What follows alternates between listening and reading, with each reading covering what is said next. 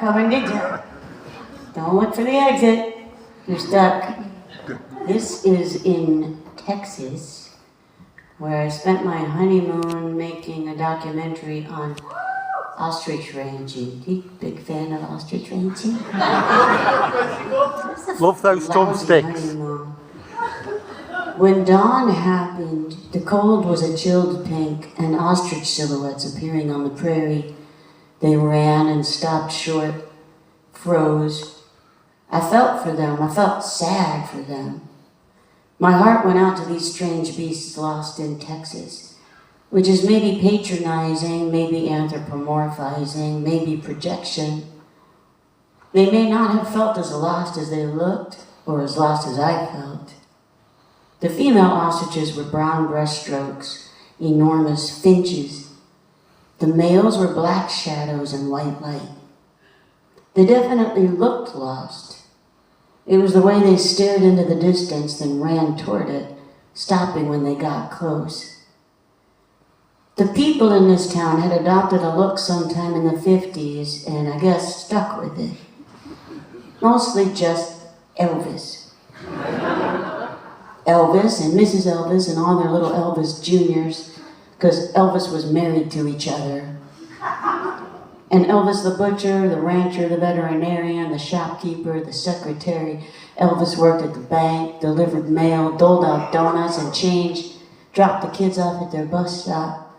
He was also a few dogs.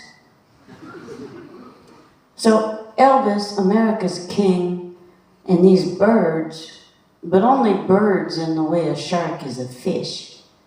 Like a new take on something you keep contained in your house, you keep harmless in your mind, can both cut you in half, which we clearly deserve. The ostriches stood, blinking drag queen lashes in the snow, or they ran too upright. People, our species, were dreadfully upstaged by them. As our cameras gazed at him, the lights illuminating his bumpy features and clothing, boom mic poised over his head, a rancher told us that ostriches were big chickens. Big chickens? Really? Oh yeah, big, dumb chickens. And I'm sorry, I try to be respectful, but this dude who was dumb enough to think ostriches were big chickens told us they were dumb because they were big chickens. Dumb, dumb, dumb. These big chickens are so dumb. Shaking his head about the dumbness of ostriches. The unimaginable idiocy of not being human. English isn't even their second language. These dummies don't talk at all. Thinking he was better than other creatures, the American joke, I found this terrifying and heartbreaking. Do you think you're better than other people too? Worse than other people? What did you forget? The ostriches were misplaced soldiers, confused and ready for battle, seemed real edgy. We filmed their lost stares, almost silent, not truly silent. The people were not silent.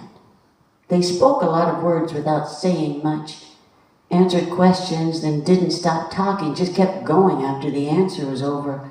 This was both boring and fascinating, because people are strange that way. Elvis the butcher, the ostrich butcher, so oddly still, mannequin still, sniper still, not sure the guy breathed. He was huge, oily, and shy. I liked him. He told me the ostrich bodies were like ours, so he felt like he was butchering himself, and that his knives must be sharp in order to do this well.